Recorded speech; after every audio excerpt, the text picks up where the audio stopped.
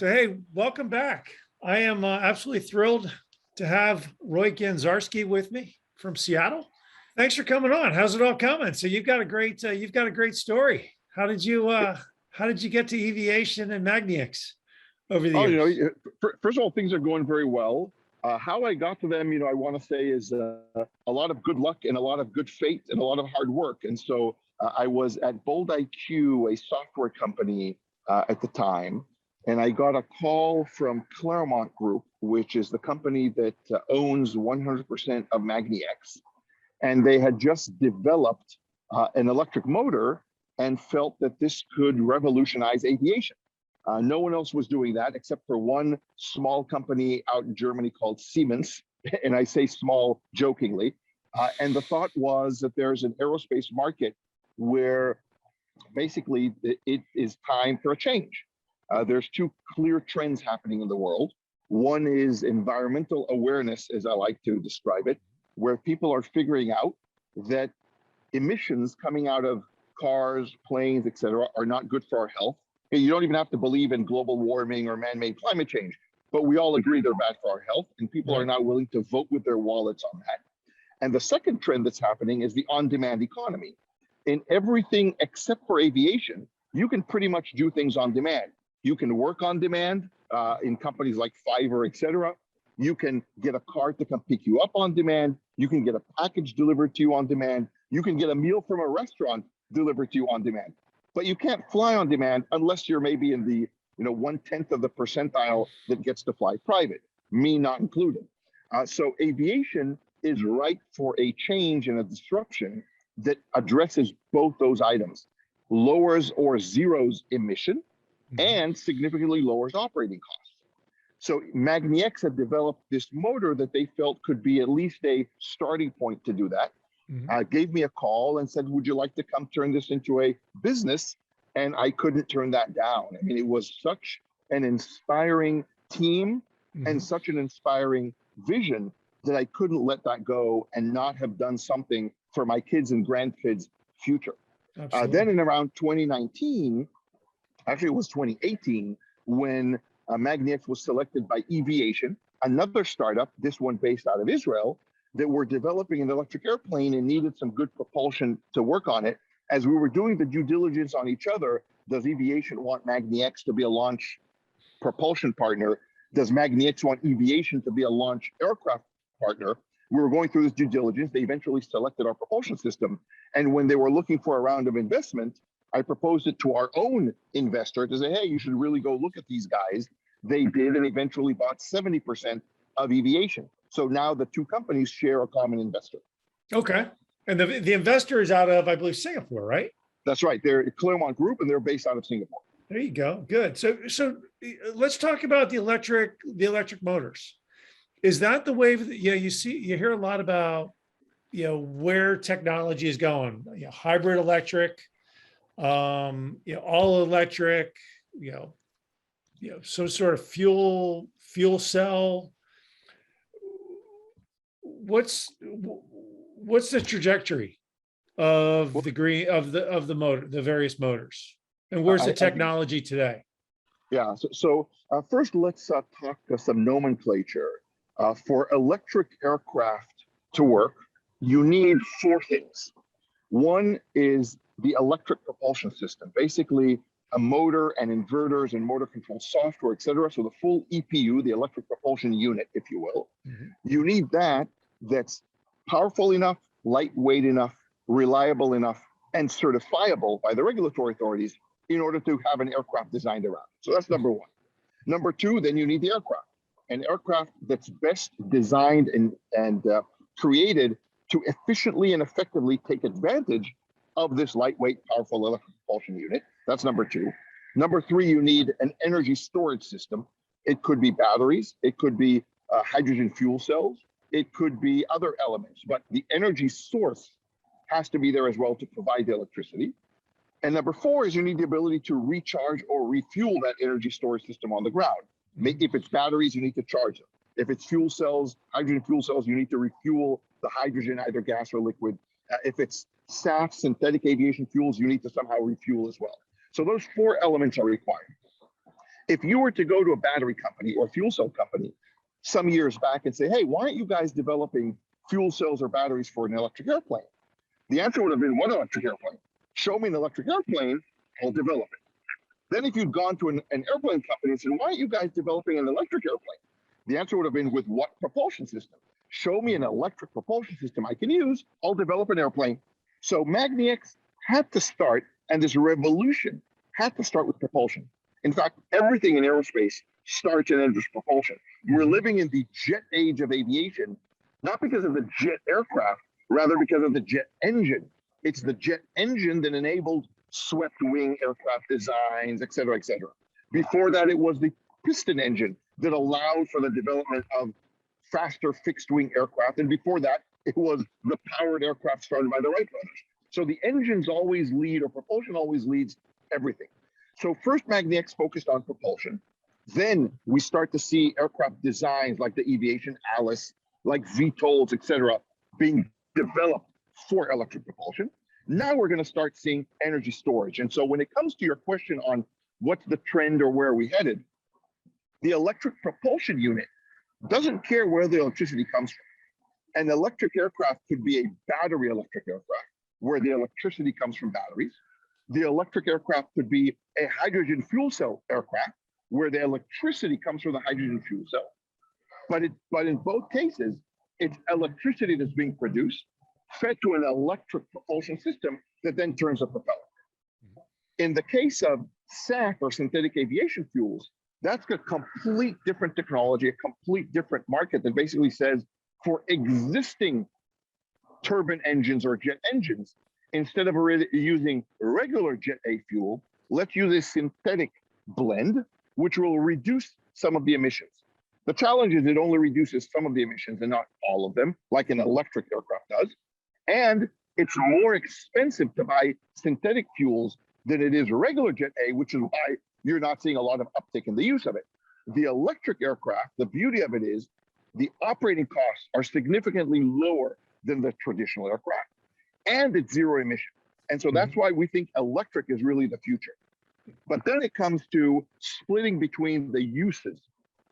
Electric aircraft, pure electric aircraft, are indeed the future for anything between 5 passengers, definitely less, but let's say commercially, 5 passengers to about 19 passengers. And if we look at all electric aircraft, including hydrogen fuel cells, then I would even say up to 50 passengers, because we're working, for example, with Universal Hydrogen on a 40-passenger Dash 8 conversion to a hydrogen fuel cell electric aircraft. So 5 to 50 passengers, anywhere between 50 to 500 miles in range. Anything above that, either in size or range, electric won't cut it. There's just not the technology today, especially in the storage systems, to do that. And so then hybrid either makes sense or synthetic fuels. What's the big challenge when you talk about, well, look, everybody thinks about, electric motor. Okay, I don't have to pay for fuel, but it's a whole lot more than that, because, you take out the cost of a motor rebuild. A turbine engine is $1 million to rebuild. You take out transmission, which are, very, especially in a turboprop motor, you've got an engine. Oh yeah, by the way, you got this complex transmission too, which is expensive to rebuild. So you've got not just fuel, but a whole lot of maintenance. What's the big hurdle technology has got to get beyond to make these things like, and obviously technology is always improving. What's the big hurdle today that needs to be overcome? So I think that the question of what's the hurdle that needs to be overcome has to come with the second part of a question. To achieve what? So for example, the reason I say that is with today's propulsion system that we've been flying for over 1.5 years now, with today's aircraft, with today's battery or fuel cell, we can already do a 5 to 9 passenger aircraft that flies 500 miles. We can already do that today. We're flying the e-Beavers and the e-Caravans, which are 5 to 9 passenger, but only about 100 or 150 miles. We're about to start flying the Alice. The Alice is a brand new clean sheet designed to be electric. That will take 9 people up to 440 nautical miles, so about 500 miles in range. We can do that with today's technology, but it's still a niche market, meaning Mhm. it's only 9 passengers and it's only 440 miles. If you want to take 20 passengers, 800 miles, then we need better energy storage systems. And so for the mass adoption, for 80% of the market to become electric in this scale, we need batteries and fuel cells to get better.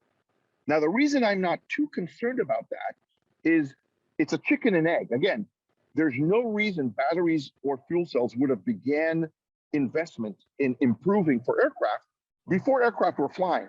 And right now, there's no certified aircraft flying yet. Mhm. It's really our aircraft that have been flying for over a year and a half, but still in a test capacity. And so if you look at cars at the equivalent, the first Tesla, for example, wasn't in fact a Tesla. It was a Lotus, an existing car Mhm. that Tesla put their new electric motor in with some off-the-shelf batteries to prove that the notion of electric cars worked. Once people started to order those cars, Tesla saw, okay, great, there's a market here. It's niche, but it's a market. The only way to really go mass market is to, first of all, design an electric car from scratch, where basically the entire chassis is a rolling battery.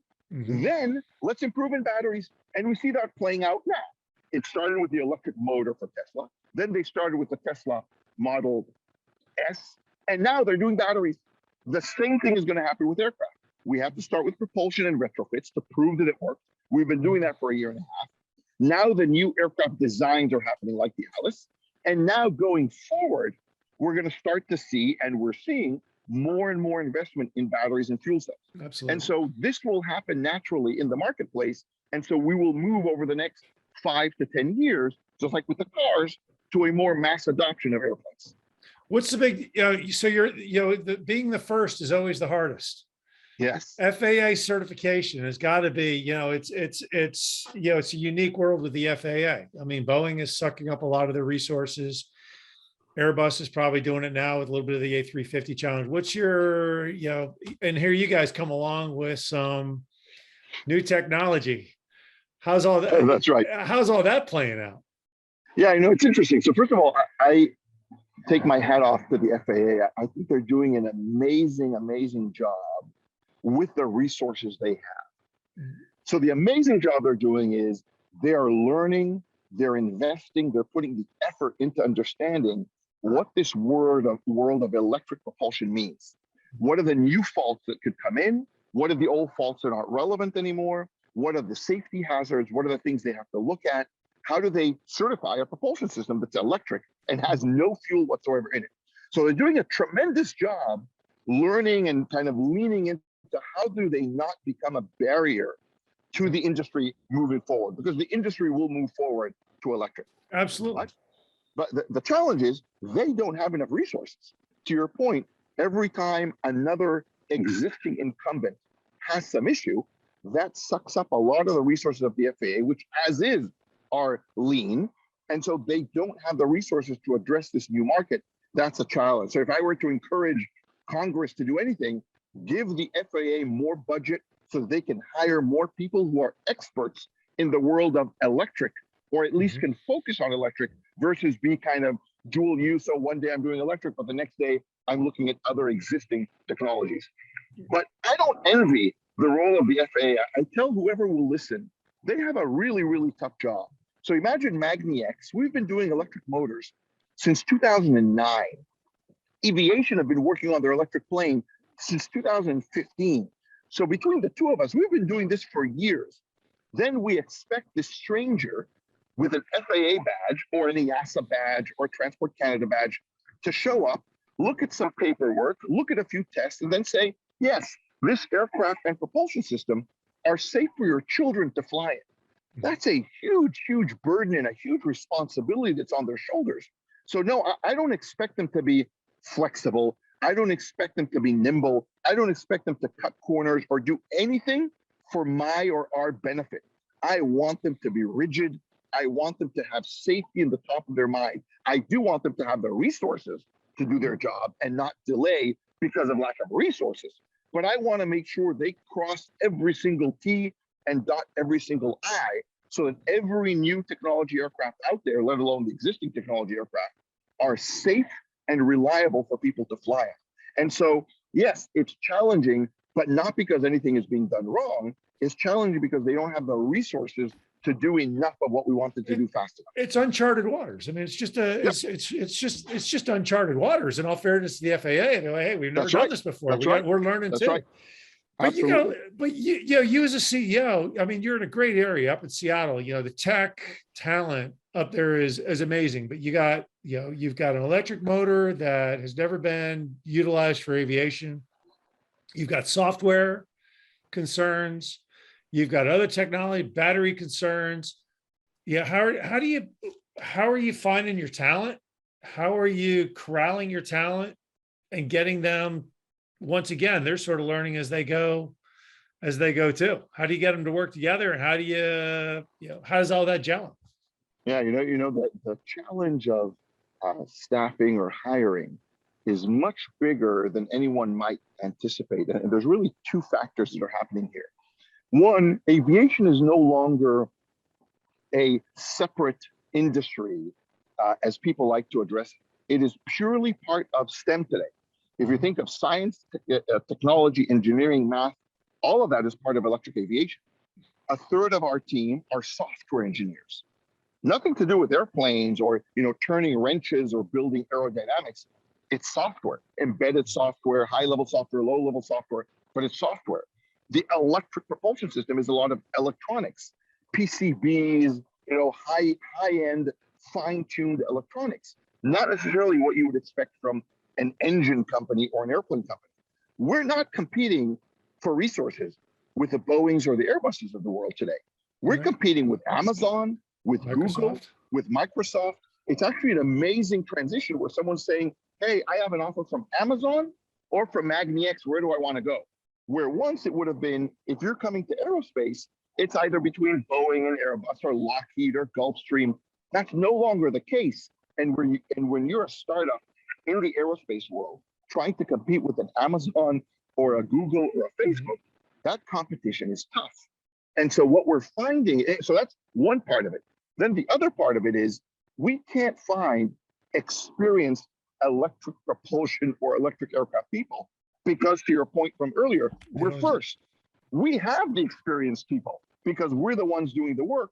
There's no one else out there that we can hire from that's already done electric propulsion testing, electric aircraft flying. There is no one like that. And so you take those two combinations, it's a fascinating challenge to overcome. And what we're finding is that the biggest element of our hiring is one, our company cultures, where people actually want to be part of this company because of the group of people that are already here that have created a tremendous culture. That's one. So it's fun to come to work and solve challenges and day to day live in this ambiguity of we don't know what's going to happen tomorrow. So that's one aspect of it. The other is people come here because they actually, literally and figuratively, want to change the world. If we're successful, and that's our goal, to be successful, we will change the way people look at aviation. We will change the way people travel. We will change the way people define a suburb. Now, with this COVID thing going on, many companies have already said, even if COVID is solved, you don't have to come to the office every day. People are figuring out this work from home is actually pretty cool. And if you only have to come into the office once a week, once every 2 weeks, maybe you don't have to live downtown. Maybe the notion of gentrification, people moving from the outskirts and rural areas into downtown, now actually starting to go the opposite. People are living downtown where it's expensive, crowded, polluted, and it has a lot of congestion and traffic.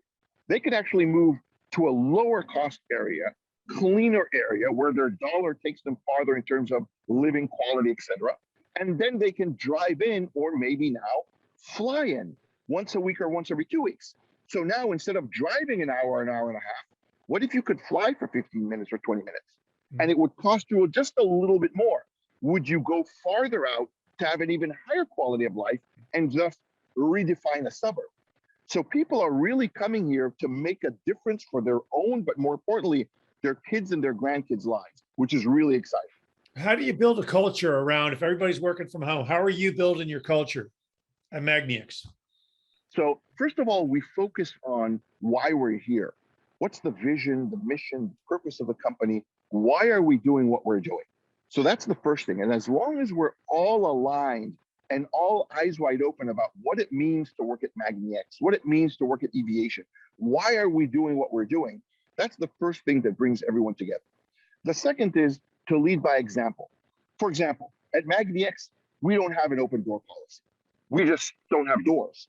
The notion of, oh, if someone wants to go speak to the CEO, let's go, knock on the door. It's always open. You can come in and have a conversation. No, I sit with everyone on our shop floor, as do every other executive in the company. There are no offices that some get, that some don't get. No one has the window or the corner office because the office doesn't exist. In fact, I sit as far in the plant as there is possible. And so leading by example, both myself and our executives, is a key element. The second thing is I use the word executives very loosely. We have working leaders. We are too small to have so-called executives who, sit in their office and tell people what to do. We all sit on the floor. We all work on the floor. We all turn a wrench when we need to. We all connect the cable when we need to. Maybe the team would rather I not touch it, which is probably for a good reason. But Right. overall, we don't have the notion of layers and hierarchy. Everybody can go talk to everybody. In fact, it's encouraged that if you think there's a better way to do things, come and tell me. There is no chain of command. There's no, here's the process of bringing up information. Everybody sits together and everyone knows everything. So the aspect of transparency is really important to our culture here at magniX, because that's what enables us all to know all the good things that are happening and all the bad things that are happening. And then together we can solve those challenges. Amazon's aggressively recruiting, Microsoft, Apple, everybody's aggressively recruiting people. How do you keep your folks? How do you keep the turnover low? What are you doing? What do you feel you're doing better than those guys as a CEO? I don't know that I can say I'm doing things better than anyone else, because I don't compare much to what's going on there. I'm very focused on what's going on here. So I can tell you what we do here to try and keep the people engaged, keep them enthusiastic, keep them excited. One is this notion of transparency. Everybody knows what's happening. Everyone knows why we're doing what we're doing. Everyone knows their part to play in it. It's not you just are responsible for this screw, and after you give us the screw, we'll take care of the rest. Or this is on a need-to-know basis. You'll know when it's important. Everyone knows everything. Who are the potential customers? Why are they potential customers? Who did we lose as a customer? Who did we win as a customer, and why? So everyone gets to participate in that aspect. We have, for example, Friday CEO coffees, which is literally everybody. So I make Arabic coffee, tradition that I brought from Israel. I make Arabic coffee, literally cook it for all the employees every Friday. And that's when we get to talk. I get to update them on what I've been doing all week, what customers I spoke to, what conversations I had with the regulator, what challenges we've had internally. And they get to tell me, hey, here's some questions I have, here's some issues I have, here's something I think everyone would want to know. It's kind of this coffee clutch, if you will, except it's everybody. It's not a few select employees. And so we do that every Friday. So that element of transparency is always there. I'll take employees out to lunch on a regular basis because I think it's important that they know that there is untethered access to the CEO and vice versa. I can ask them about things, I can check on things, and we're not talking about, walking by, or managing by walking around, etc. It's rather everything is completely open and transparent.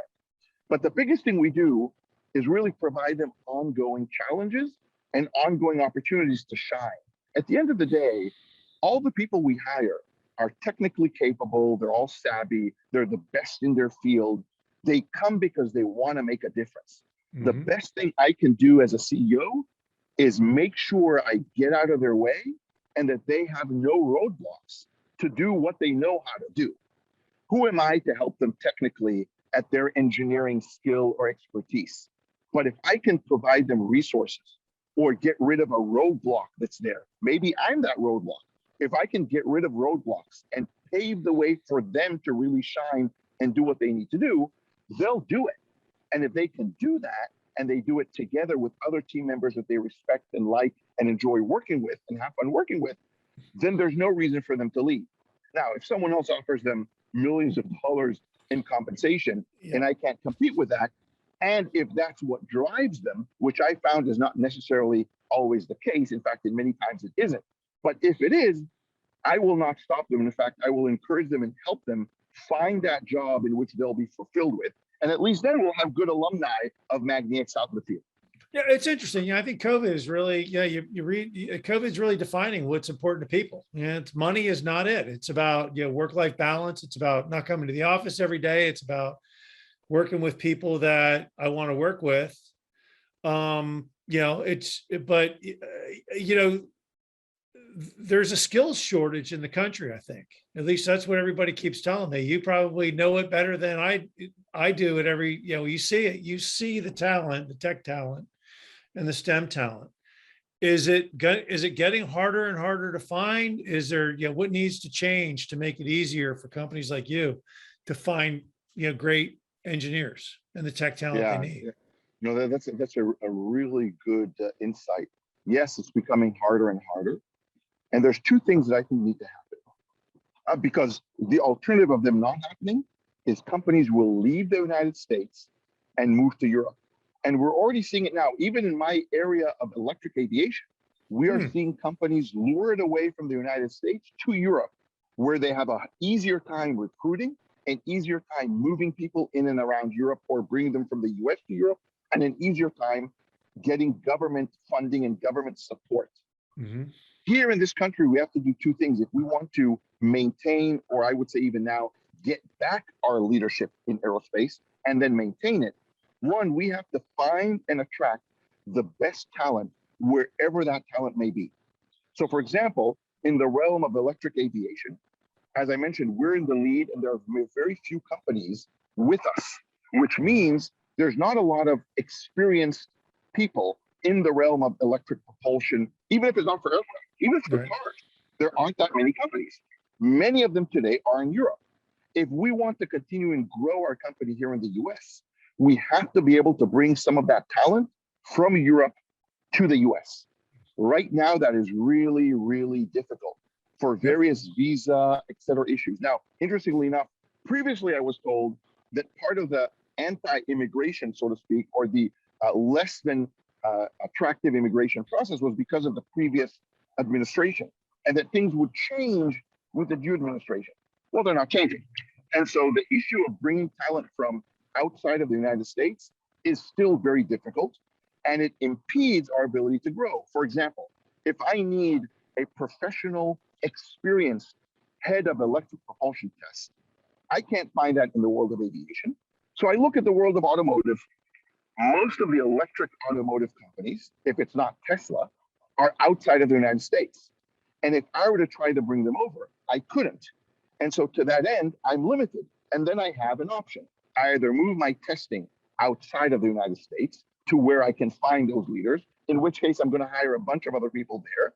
Or if I could hire one head of test from Europe and bring them here, I would then grow the rest of the team here in the US, because I can find test engineers, phenomenal test engineers here in the US.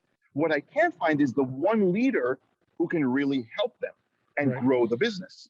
So from that perspective, you don't need to hire a bunch of engineers from outside the US. I don't think that's the case at all. But sometimes you have to hire some unique skills that will enable the rest of the company to grow. So that's one thing that has to happen.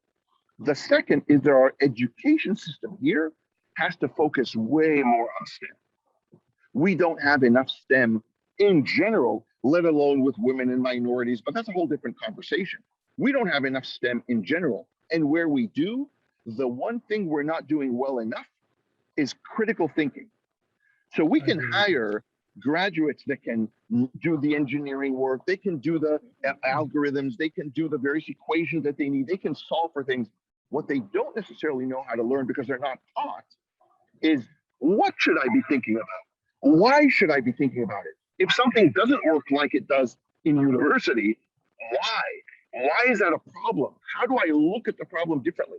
Critical thinking, I believe, is one of the things that our schools and our universities don't focus on at all. And if we did, we'd have a much more advanced workforce. That I could not agree with you more. I mean, you're spot on. The whole purpose of university is not to get a degree. The whole purpose of university is to learn how to think critically and solve problems, Yep. be it an engineer or an English major or whatever else. And you're right. And I think that needs to start in, heck, that education needs to start in eighth grade or Yep. sixth Absolutely. grade. And it's about solving problems and the why, not the here's how we do it.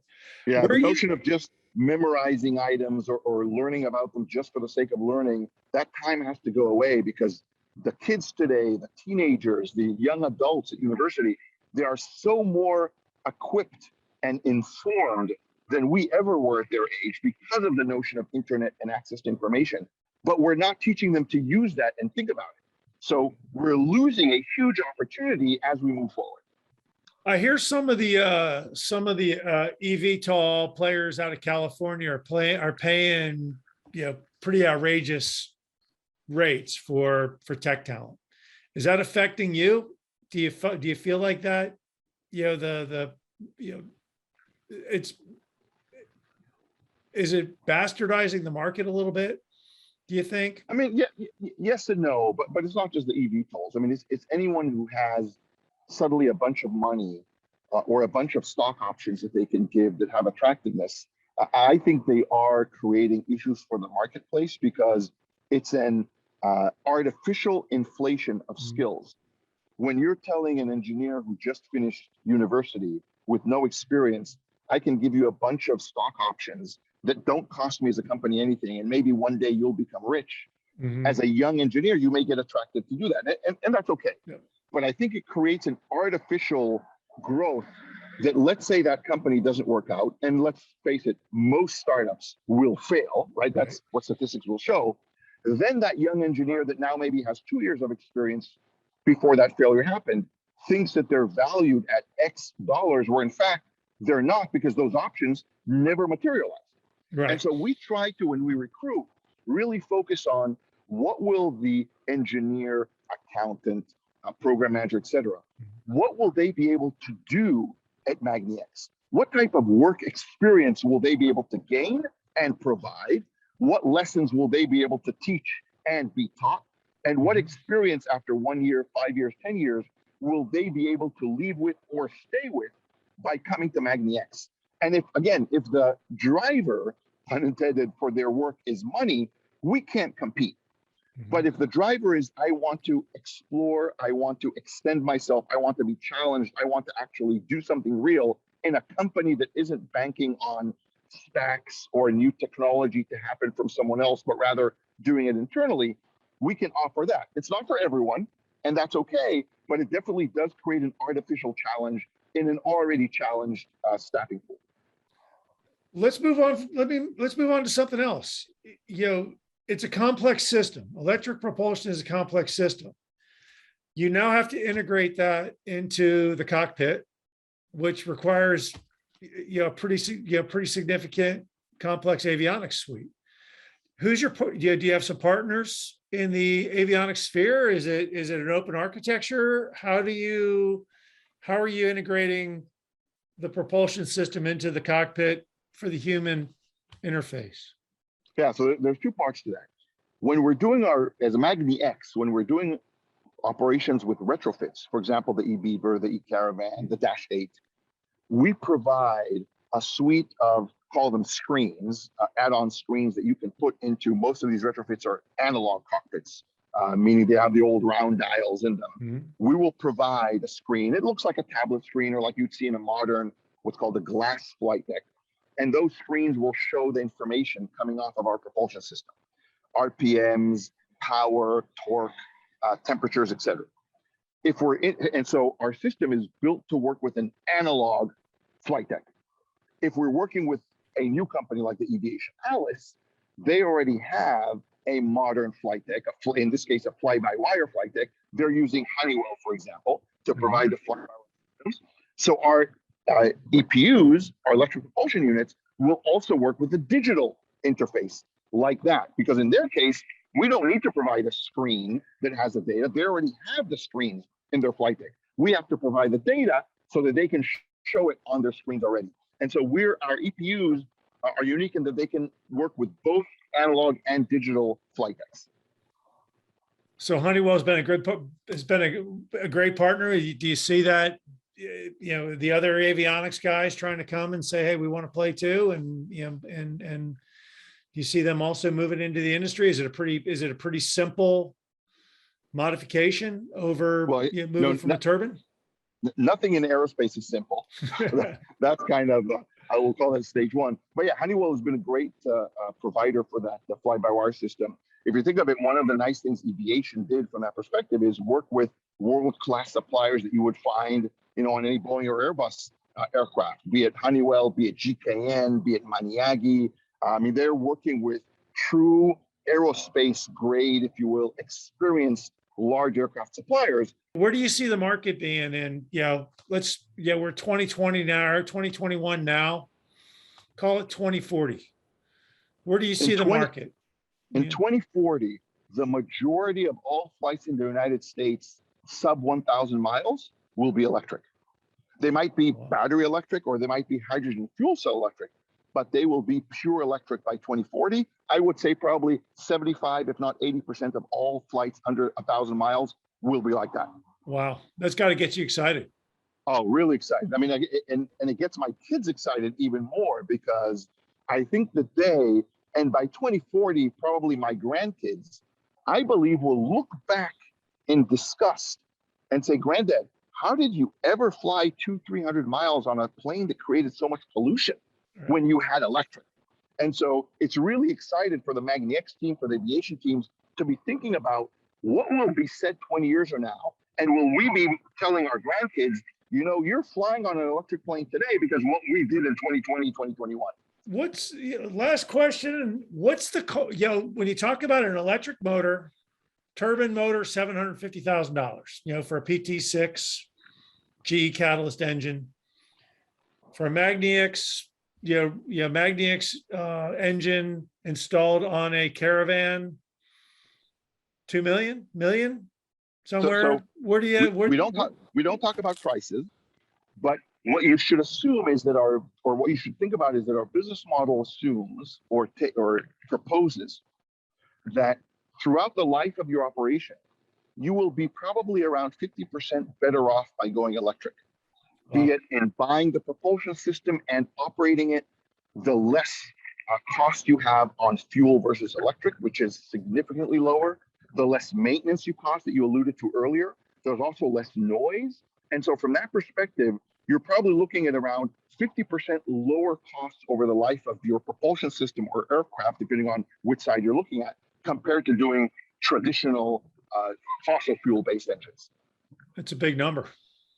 It's a big number, but it's amazing to think about what can be done. I'll give you just anecdotally, when we were flying the E-Caravan, 9-passenger airplane, on a 1.5-hour flight, you're looking at around $420 for fuel, depending on your spot price of fuel, where you buy it, et cetera, but around 420 versus $24 in electricity for that same hour and a half.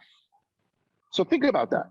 Even if you're double wrong, 420 versus 24, it's night and day. And that's for 9 people on a 1.5-hour flight. You do that multiple times a day, multiple days a year.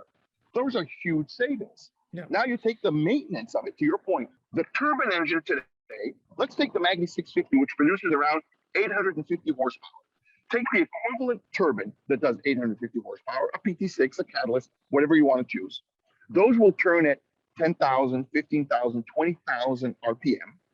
They'll operate at about 700, 800 Celsius, and they'll have hundreds of moving parts inside that motor. Right. Compare that to the electric of the same size, 700 to 850 horsepower.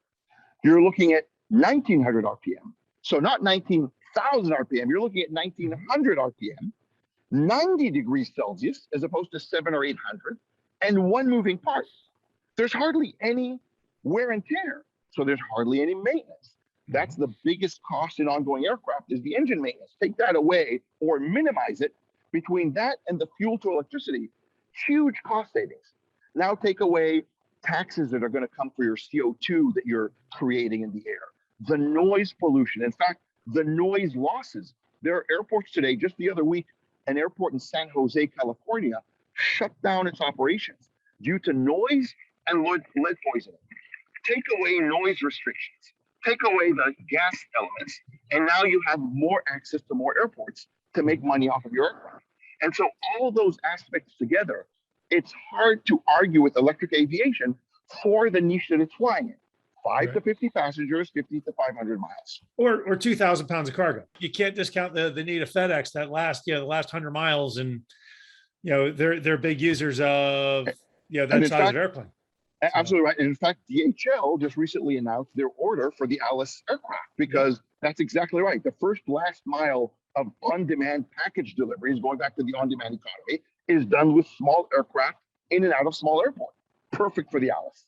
I love it. Hey, Roei, thanks for coming on today. It's an exciting story. You got to feel like you're a pioneer. I mean, you got to feel like you're really at the cutting edge of the sword. You got to feel good about everything. It's the cutting edge of the sword. And as I say, it's one of the most exciting jobs I've had and one of the scariest I had, because as the leading edge of this, it's also a lot of responsibility. So yes, the cutting edge of the sword means you get cut sometimes as well. Thanks for coming on. I'm going to look forward to watching your success. I enjoy reading all your press releases. I enjoy seeing all your progress. It's an exciting time. My pleasure. And thank you for having me. It was a great conversation. Thanks for coming on. I hope you enjoyed the latest edition of the Aerospace Executive Podcast. You can reach out to me directly, Craig at NorthstarESG.com, or check us out at www.northstaresg.com. You can subscribe to this podcast on iTunes, Stitcher, Podbean, or on YouTube. Just do a search for Aerospace Executive Podcast. Thanks again. I'm Craig Pittman.